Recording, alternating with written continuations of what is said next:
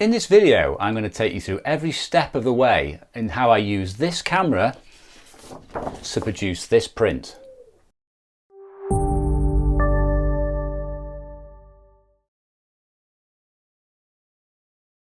Okay, step one is to load the film into the film holders. Now to do this, you'll either need a darkroom or, more conveniently and more likely, is you'll have something called a dark bag. Now this is literally just a double sheeted bag you put your arms into and you can load things in total darkness. Now I'm not going to show you that in total darkness because it will be very, very difficult to see. So let's pretend we're in total darkness now, and I have here my 8x10 double-sided sheet film holder. Holds 2 sheets of film, one in each side.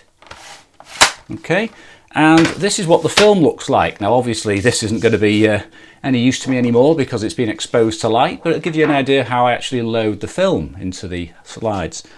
So you pull back the slide and expose the end of the tray, the film loader, and you must make sure that you get these little notches down in the bottom right. Now this indicates the type of film. Every film has a unique notch pattern, not that you really need to know that particularly. Main thing is to make sure you've got that in the bottom right hand corner of the film holder here. So when you have that ready in the dark, you simply slide the sheet of film in place and you give it a little movement with your finger. Now that shows you that it's actually locked in place, it's registered properly, and you can also use your finger just to feel the rails to make sure it's underneath them. It's imperative that this is absolutely flat within the film holder, otherwise you're going to get a blurry image. It has to be totally in line. So once I've done one, open up the slide, get the next one, slide it into place, again give it a little bit of a movement with my finger, close it, lock it. You twist these little locks at the top of the slide and that holds it in place, can't come out, pretty robust, and we're all set to go and shoot.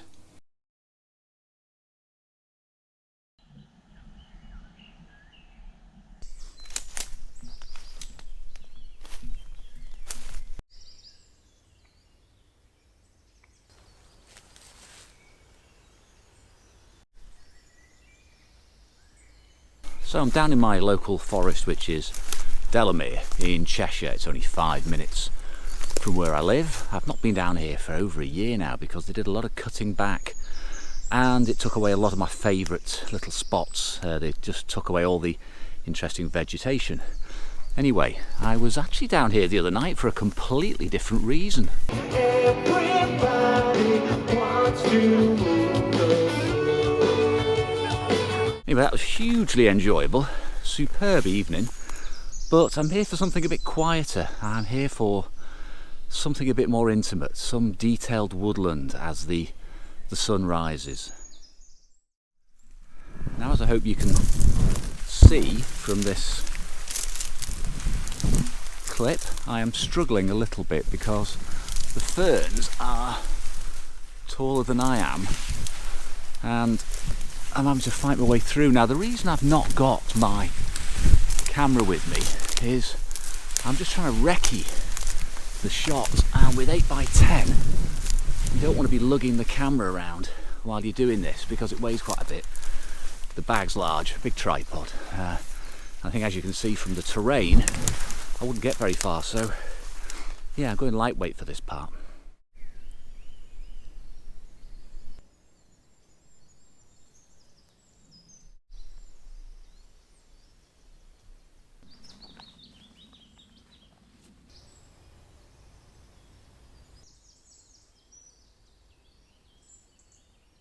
Now one thing I can't get across to you while vlogging is smell. And it absolutely stinks down here. A lot of stagnant water and the midges are starting already. Now I have got a bit of midge spray on, but it won't keep them off for long. And I am going to get eaten to death, so it could be my last vlog if I linger too long here. But then again, some nice little compositions. Now setting up the 8x10, you know, probably takes about at least half an hour for me. So by that time it's going to be lighter And there'll be more little bitey things out as well.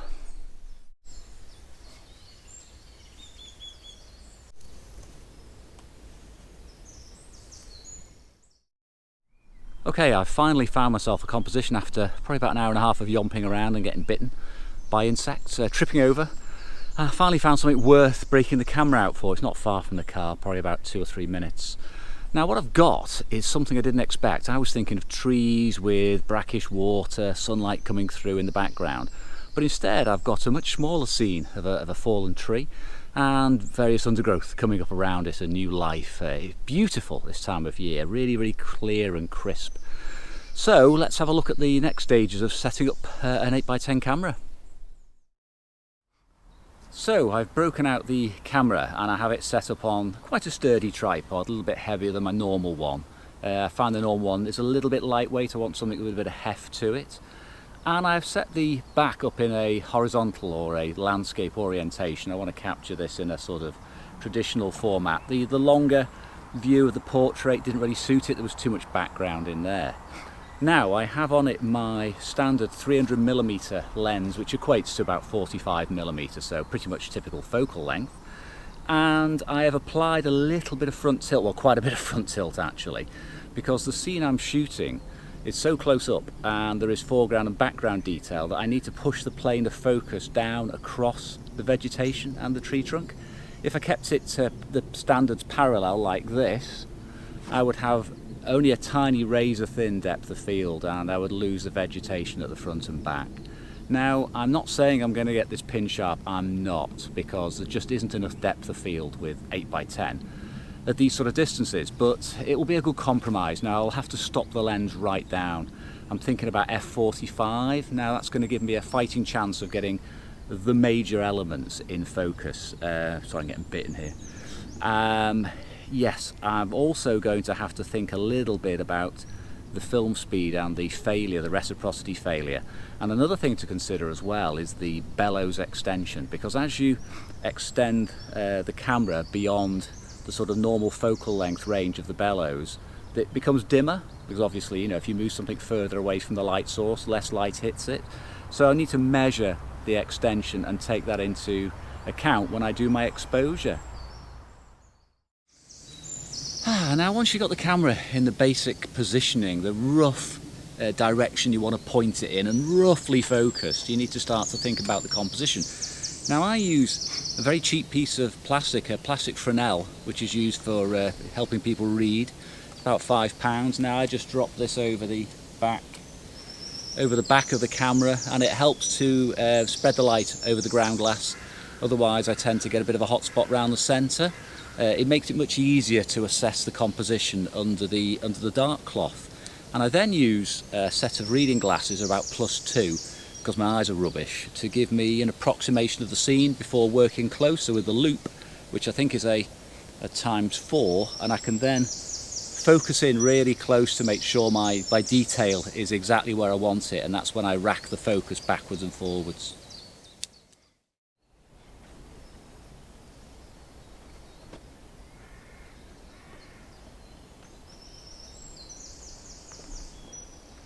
Right, we're getting somewhere now. We have the camera set up. I have it in the right focal plane. I've adjusted all the tilts. Now, what you do with the tilt is you tend to focus, depending on the type of camera, on one area. On mine, I tend to focus on the foreground, and then I apply tilt. Now, the tilt will bring the background into focus. So, depending on how much tilt you apply will affect that plane of focus. If you go too far, you'll get even less in focus. It's like that diorama, that Toy Town effect. So what you do is you tend to apply a bit of tilt, refocus on the area you're most interested in, see if the top and bottom of the image come into focus. If not, either apply a bit more tilt or a bit less tilt, refocus. Now this is an iterative process, it goes on and on and on. Depends on the type of camera you got. Mine is an axis tilt, which means the tilts are in the middle of the lens board. Some are base tilts, and some very lucky people have asymmetric tilts on their camera, which means they can change where it tilts. I'm not going to go into that now. If you've got an ebony, very lucky. I essentially have gone for a compromise. I've got the middle ground sharp, the tree trunk, as much as possible of the top and bottom, and now I'm going to stop right down. Now I'm going to go to f45, which is a very small aperture, I'm now going to take my meter reading. The meter reading is going to be obviously a balance of the lights and the dark areas of the composition. So I'm going to use my Sekonic spot meter to take those readings now.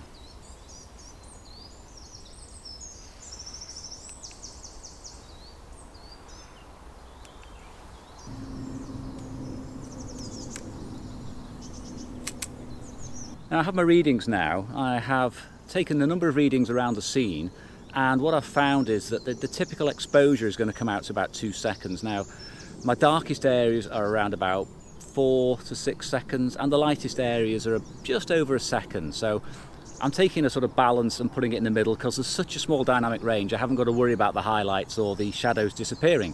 No harsh sunlight, no real contrast in the scene. Not applying any filters. I have had to take into effect the bellows extension, and I've allowed a little bit more. It's not much extension, so I've allowed a little bit more exposure there.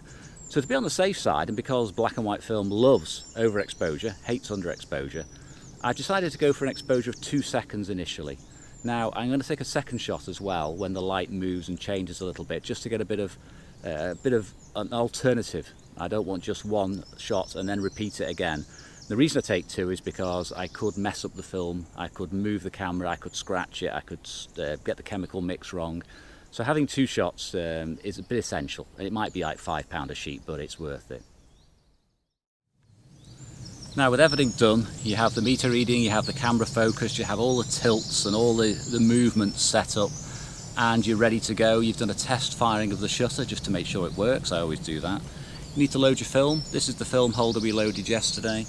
And I've got 2 sheets in it basically, so I've got 2 shots. Now I'm going to put this into the back of the camera as follows, making sure I've got a good solid seating there. It's really clipped tightly in place, and when I'm ready to take the exposure, I'll remove the dark slide and make the 2-second exposure.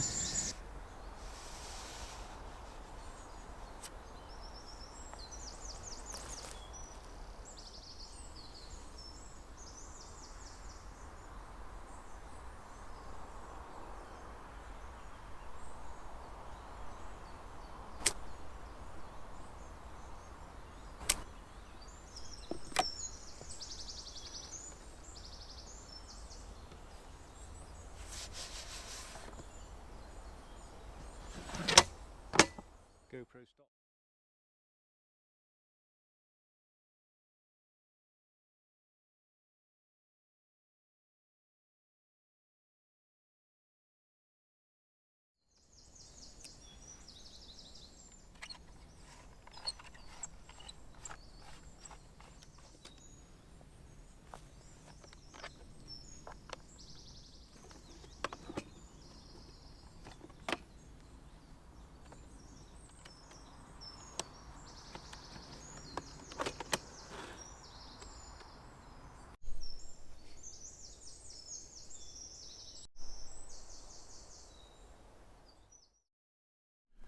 Well, shot's done.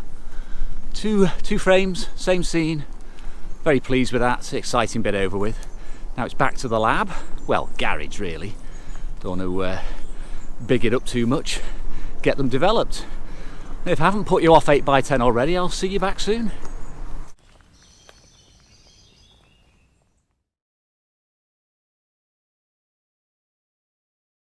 Okay, so back from the trip, and I literally am back from the trip. This is not one of those things I've done sort of days later or earlier. This is my orbital processor, my Patterson Orbital. This takes 1 sheet of film at a time. It's basically a light tight box. Clip the lid on it, swirl the chemicals around. But first things first, I've got to unload the 8x10 film holder and put one of the sheets of film in here. Right, we're all set to go now. I have my sheet of 8x10 loaded in the Patterson Orbital, and I have my 3 chemicals mixed up, and the chemicals are the very traditional develop, stop and fix. I'm going to use a water bath just to keep the chemicals at the right sort of setting. I don't want them drifting off. It's not that warm today. And I'm going to run it for 13 minutes in ID11 with gentle agitation, probably about, to actually cut it down to about 11 or 12 to be honest, because the agitation does increase the development, shall we say. So I don't want it to overdevelop and block up in the highlights. So yeah, get on with that now. A little bit boring, and see you in a minute.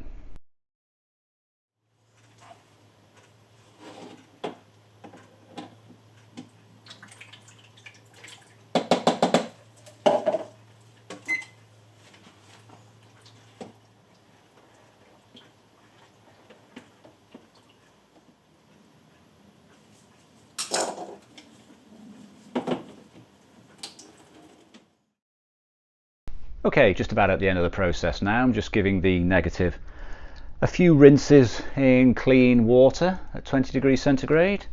Just going to dump that out.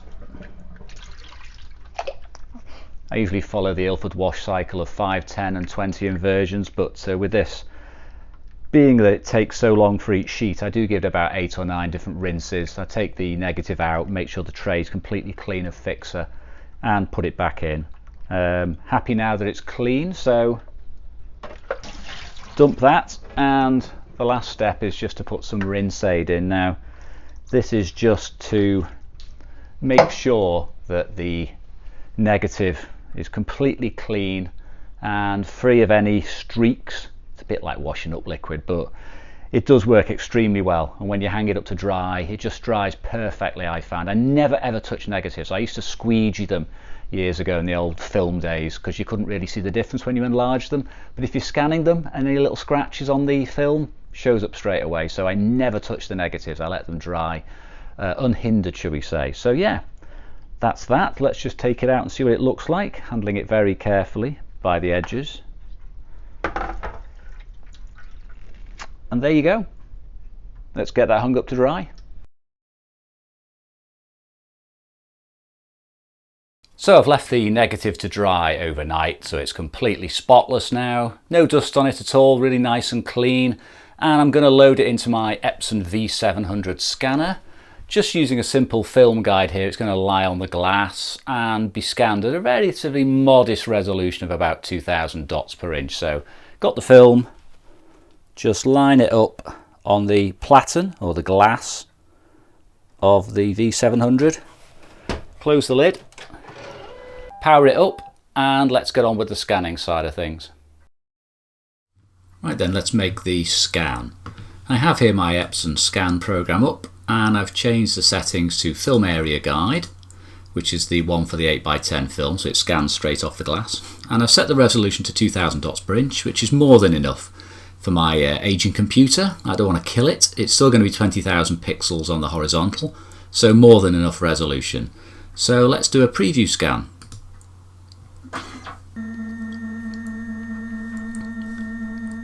Now this is just going to do a quick pass over the negative, just to give me an idea of the framing, allow me to do some cropping and some basic adjustments to the highlights and shadows. Okay, so it's got the entirety of the negative in. I am actually going to set a little bit of a crop on there because I don't want to be scanning empty pieces of film. So I shall do that, and now I'm going to set the histogram. Okay, and I'm just going to stretch out these output sliders because when it sees a negative film, when you tell it it's a negative film, it's quite conservative in the settings, and I want to decide where the highlights and shadows will fall. Now on the shadow side, I'm going to move the little slider just beyond that shadow point there to make sure I capture everything in these dark areas. On the highlights, similarly, I'm going to go just beyond the tip of the highlights because I find that if you don't, some of these may just burn out and they've got blank areas in them, so that's no good at all.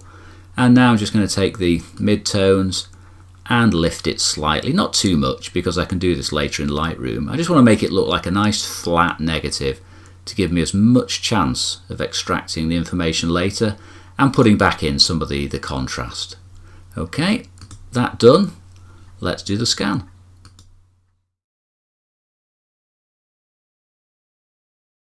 Right, so I've opened up the image now in Lightroom, and this is the raw scan. This is how it came in directly from the scanner with no manipulation whatsoever. And I like it because there's plenty of shadow detail in here. The image is well balanced, a little bit of brightness on this side, on the left hand side over here, which I can take down in obviously the adjustments. But it looks pretty good overall. The sharpness looks pretty good as well. I mean, it's not going to be perfect because of the movements restrictions of 8x10 and the depth of field, but if we just have a quick look at the center of the image, I'm just going to open up the file now, it just takes a while to settle, then it looks pretty good. I mean, you might think it's not very sharp, but this is an unsharpened image taken with a flatbed scanner, and I'm on a very, very small, as you can see here on the left hand panel, a very, very small part of the image. If you just have a quick look at some of these little flowers here, won't say the flowers, but let's also go over to the right hand side. Yeah, you can see these thorns here. There's plenty of sharpness and detail in there, which is going to be brought out very easily. And I've also got plenty of shadow detail down here. Now, the manipulations I'm going to apply to this are quite straightforward. I'm really just going to do some basic contrast adjustment, a little bit of dodging and burning. There's nothing fancy here, and I'm not going to labour it by going through it in detail, because this video is going to end up like Ben-Hur. It's going to be far too long and it's going to be far too boring. So I'll just go through the basic adjustments I'm going to apply and then show you what I did earlier in the great tradition of TV programs. So typically I will go into the develop module, and I will start by setting up some basic settings, get the exposure to where I want it to be. To be honest, it's pretty close as it is, so I'm just going to brighten it slightly and then move the contrast around until I'm happy with it. That's how scientific I am. Probably boost it slightly, just give a little bit more depth to those blacks and a bit more crispness to the whites. Probably apply a bit of an edge vignette on there, because it's a little bit light around the corners and that's dragging my eye out, and as you probably heard me say on numerous occasions, I don't like that. So apply quite a subtle vignette. I don't want it to be too obvious. I don't want it to be like a Victorian postcard, but just to bring those edges in slightly.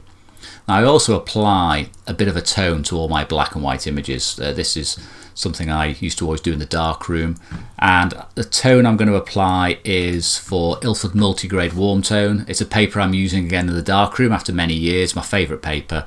It just gives a bit of a richness to the image. It's the sort of look I like. So these are the sort of basic things I'm going to do, then apply a bit of sharpening. So by the magic of television, let's flip to the final result, the one I'm going to make the print from, which isn't massively different from the raw scan. Let's put it into full screen. And here it is. I've lightened the centre area a little bit where my cursor is at the moment, just to sort of draw your eye in there. I've kept these little plants quite bright. I like them. It sort of suggests the new growth. And I've put some dark areas into these shadows here. I don't really want your eye going off to the top and the bottom. There's nothing there to look at. Same down the bottom right. And I've also applied a bit of sharpening. As I said, it was out of a flatbed scanner. So sharpening is a little bit lacking, shall we say. It's not as crisp as I would like. More than adequate, obviously, for most print sizes, but I want it to look really punchy. So just going to show you how sharp it can look when you've actually done the necessary adjustments. Right, it's finally loaded up after it seems like ages. It's because it is far too big for this computer, this file, but there you go. Anyway, as you can see now, this one's had a bit of sharpening applied. A lot more detail in there. Now, this is only a tiny part of the negative. You can see this is reasonably okay, and it drops out of focus here in the foreground, then it comes back in again, such as the focal plane, the tilted effect of 8x10 and large format. And plenty of detail in here, which is going to make an excellent print. Bearing in mind I'm only going to go to A2 with this, but this would go to sort of 60 inches with no trouble whatsoever. So, without further ado, let's send this to the printer and make the final image.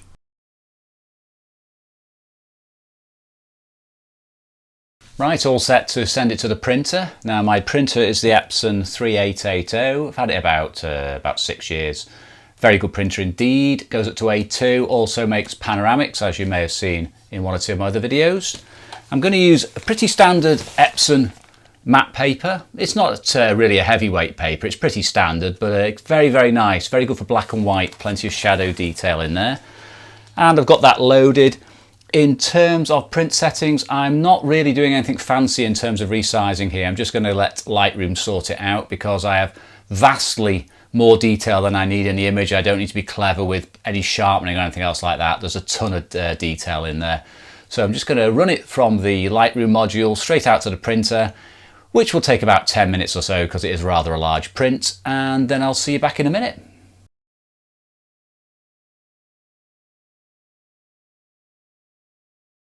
So there is my, sorry about this, my final print. It's come out really nice. I'm very pleased with the level of detail in there, and the shadows, the highlights are just perfect. Sharpness is spot on. There's absolutely nothing I would change about this.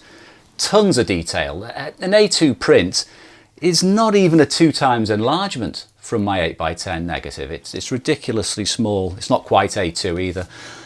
Yes, very, very happy with this, and I hope this has been useful for you. A useful explanation of the processes and the steps taken to get from a sheet of film right through to the final print, and all the various complicated bits and pieces you have to do in between. It's been fun making this. I've always wanted to do something like this, and I hope it's been enjoyable for you too. It may inspire you to have a go with large format. So thanks as ever for watching, and I'll see you again soon.